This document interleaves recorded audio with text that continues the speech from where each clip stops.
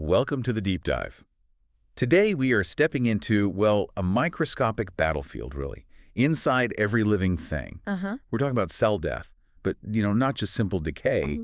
It's this astonishing idea that cell death is often highly regulated, totally necessary even, energy-consuming, just as vital as cells dividing. Absolutely. And the source material we've been looking at for this dive, it really reads like a kind of high-stakes guide to cellular self-destruction, doesn't it? It really does. We need to understand the difference between a cell choosing, let's say, a quiet, programmed exit versus just suffering a catastrophic, uncontrolled blow-up. So our mission today, unpack those critical distinctions, the clean death versus the messy death. We want to give you that knowledge shortcut so you can spot the signs and grasp the consequences. Okay. And maybe to set the stage, let's start with two, well, profoundly different real-world scenarios. Both involve cell death, but they couldn't be more different. Good idea. Think first about normal human development. Okay. By the time a fetus is about, say, 12 weeks old, specific cells are actually dying off systematically. It's how the body gets sculpted. Sculpted? How so? Well, the normal separation of fingers and toes, for instance, in the developing hand or foot, that happens because cells in between them undergo programmed cell death. Death is literally a design tool here. Wow.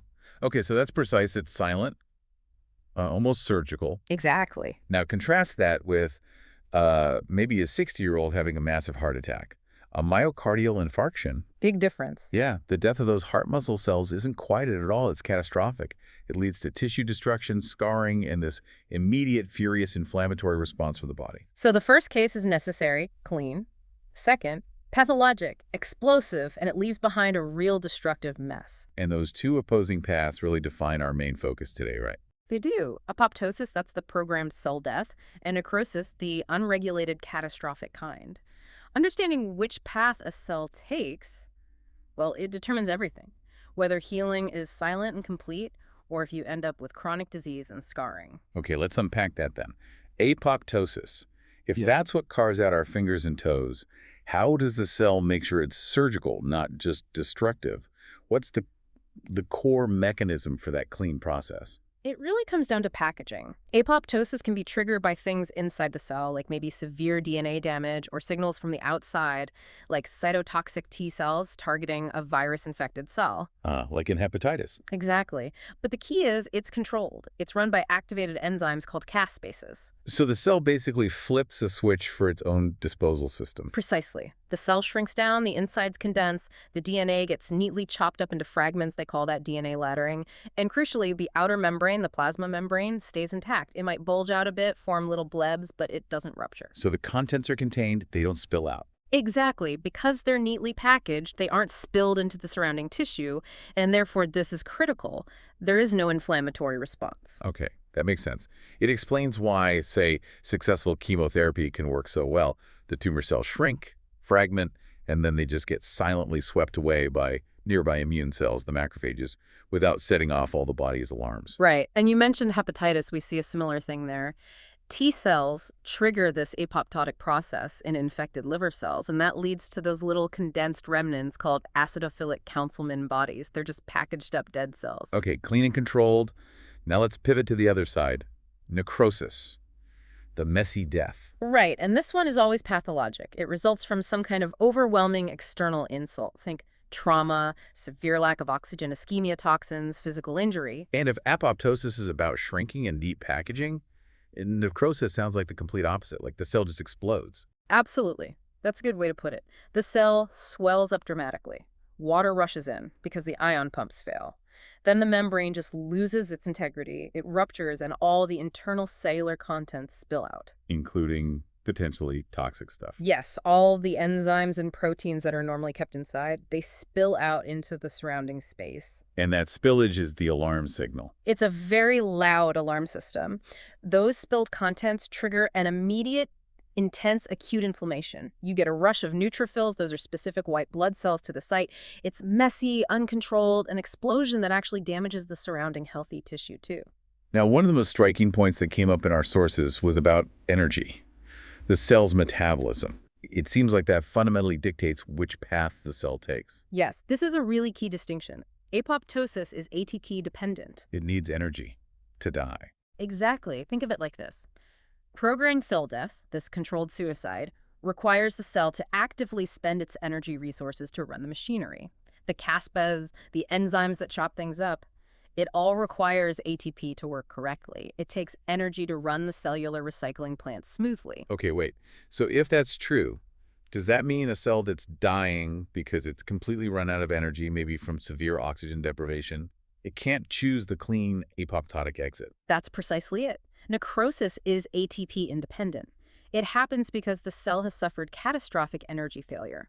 When severe ischemia, for instance, causes ATP levels to plummet, the cell just can't maintain its basic functions anymore. The pumps fail, osmotic balance goes haywire, and the cell is basically forced passively into swelling and rupture. It's a power failure leading to a flood, not a planned demolition. Perfect analogy. It's not a choice. It's the consequence of running out of power. Wow, that energy distinction really clarifies the whole dichotomy.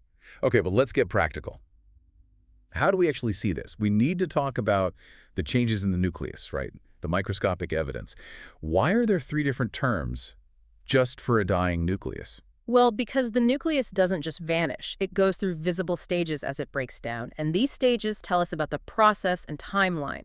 Pathologists use these as visual clues. Okay, what are they? So first is pyrosis. That's where the nucleus shrinks down and the chromatin condenses, so it looks very dark and dense under the microscope. Okay, shrunken dark. Then comes karyorrhexis. That condensed nucleus starts to fragment, breaking up into smaller pieces. Right, fragmentation. And the third term, this is the really distinguishing one, is karyolysis. This is where the nucleus essentially fades away, it dissolves. The dark staining disappears because the nuclear material itself is being broken down enzymatically. Get solution. Now, this full sequence pyrosis, then karyorrhexis, and finally culminating in karyolysis, the fading nucleus, that whole progression is the classic hallmark of necrosis. It signals irreversible damage and dissolution. Ah, but apoptosis, it doesn't go all the way to karyosis. That's the key difference microscopically. Exactly right. An apoptotic cell will undergo pyrosis, shrinkage, and karyorrhexis, fragmentation. But then, because the cell quickly breaks apart into those neat little membrane-bound packages called apoptotic bodies, which are rapidly eaten by macrophages. And the nucleus doesn't just sit there and dissolve. Precisely. The fragments are cleaned up before karyolysis typically happens. So karyolysis, that fading nucleus, is not a characteristic feature of apoptosis. The death is controlled fragmentation and removal, not slow dissolution. Got it. So if a pathologist is looking at a tissue slide and sees large areas where the nuclei just look faded or washed out, they know immediately they're dealing with necrosis, that messy inflammatory event. That's a very strong indicator, yes. The morphology tells the story of energy failure, membrane rupture, and nuclear breakdown. Okay. Now, necrosis isn't just one kind of mess, is it? Our sources talked about different subtypes, different flavors, depending on the tissue and the cause. These sound like really important clinical patterns. They are. They're classic patterns you learn to recognize. Let's cover the main 4. First up is coagulative necrosis. This is probably the most common type. You see it typically after ischemia, lack of blood flow in most solid organs like the kidney, the spleen, and very commonly in heart attacks, myocardial infarctions. What makes it coagulative? What does that look like? Well, the cells are dead. The nuclei undergo those changes we talked about, maybe disappear entirely. But critically, the basic tissue architecture remains preserved for a while. How? If the cells are dead? It's thought that the ischemic injury denatures not just the enzymes, but also the structural proteins within the cells quite rapidly. This sort of locks the cellular framework in place, like cooking an egg white. It goes from liquid to solid. So for days, you can still see the ghostly outlines of the cells, even though they're functionally dead. Interesting. Okay, but you said most solid organs. There's a big exception, right? The brain. Yes, the brain is the classic exception. After ischemic damage, like a stroke, the brain typically undergoes liquefactive necrosis. Why does the brain liquefy instead of coagulate? Good question. The brain tissue itself is very rich in lipids and doesn't have the same kind of robust structural proteins. It's very characteristic, almost pathognomonic for certain diseases, most famously tuberculosis, but also some fungal infections. Caseous literally means cheese-like. Cheese-like? Really? Yeah, grossly, the necrotic area looks soft, crumbly, friable, and typically white or yellowish, resembling cottage cheese, basically. Microscopically, it's a mess of fragmented, allyzed cells and granular debris, usually surrounded by a distinctive ring of inflammation called a granuloma. Okay, cheese-like necrosis for TB. Got it. And the last main type involves fat, right? Fat necrosis. Correct. We usually see this in two main settings. The first is enzymatic fat necrosis, which is classic for acute pancreatitis. How does pancreatitis cause fat necrosis? In severe pancreatitis, digestive enzymes, particularly lipases, escape from the damaged pancreas and start digesting the surrounding fatty tissue, like the fat in the abdominal cavity. These lipases break down triglycerides into fatty acids. And then what happens to the fatty acids? They combine with calcium ions, which are present in the tissue fluid, in a process called saponification, basically soap formation. Like making soap. Chemically, yes. And this forms those characteristic chalky white deposits that you can actually see grossly. The second setting is traumatic fat necrosis, often seen after a significant injury, like a blow to the breast tissue. Same basic process: damaged fat cells release lipids, leading to inflammation and saponification. Fascinating. Okay, so we've covered the big two, apoptosis and necrosis, the different flavors of necrosis. But our sources hinted that the cell death story doesn't end there. The catalog is apparently expanding. That's right. The cell has more tricks up its sleeve, more options than just those two main pathways. There are several other sort of hybrid or specialized ways cells can die, or sometimes try not to die. Okay, let's start with autophagy. That translates to self-eating, which sounds pretty destructive. It can be, but actually it's primarily a survival mechanism. It gets triggered by things like nutrient deprivation or cellular stress.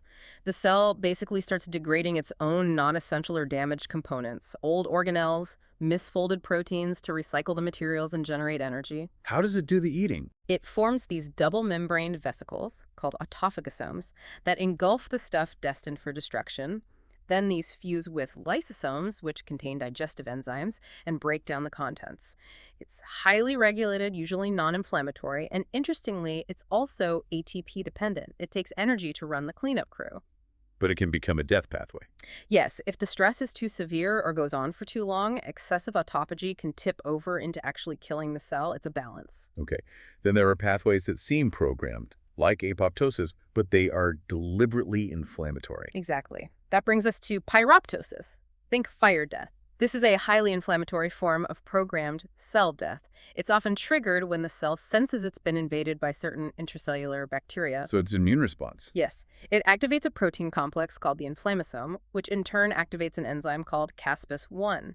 This caspase does two main things. It triggers the cell to swell and lyse, rupture, spilling its contents, and it processes and releases huge amounts of a potent inflammatory signaling molecule called IL-1.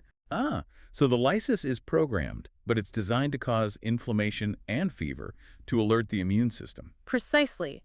It's the cell making a loud sacrificial exit to warn the neighbors and call for backup. Okay. And then there was another one, necroptosis, which sounds like a contradiction in terms. Programmed necrosis. It does sound contradictory, but it makes sense in context. This pathway is often used as a backup defense, particularly when the cell's normal apoptotic machinery, the main caspases like caspase-3, are blocked. Why would they be blocked? Some viruses are clever. They produce proteins that specifically inhibit the caspases to prevent the infected cell from undergoing apoptosis, allowing the virus to replicate. So necroptosis is the cell's countermove. Exactly. It's genetically controlled, relying on different signaling proteins, specifically RIPK1 and RIPK3. When triggered, it makes the cell die in a way that looks like necrosis. It swells, ruptures, spills its guts, and causes inflammation. But unlike classical necrosis, it was initiated by a specific controlled pathway. It's the cell forcing its own messy death when the clean option is sabotaged. A sort of programmed self-destruct that bypasses the usual safety mechanisms. Kind of, yeah. It ensures the infected or damaged cell dies even if apoptosis is blocked. Okay, that covers a lot of ground. Let's try to pull it together with a quick summary, maybe focusing on those two key features we keep coming back to, energy and inflammation. Sounds good. So if the process is controlled, actively managed by the cell, it generally requires energy, ATP. That includes apoptosis, autophagy, pyroptosis, and necroptosis.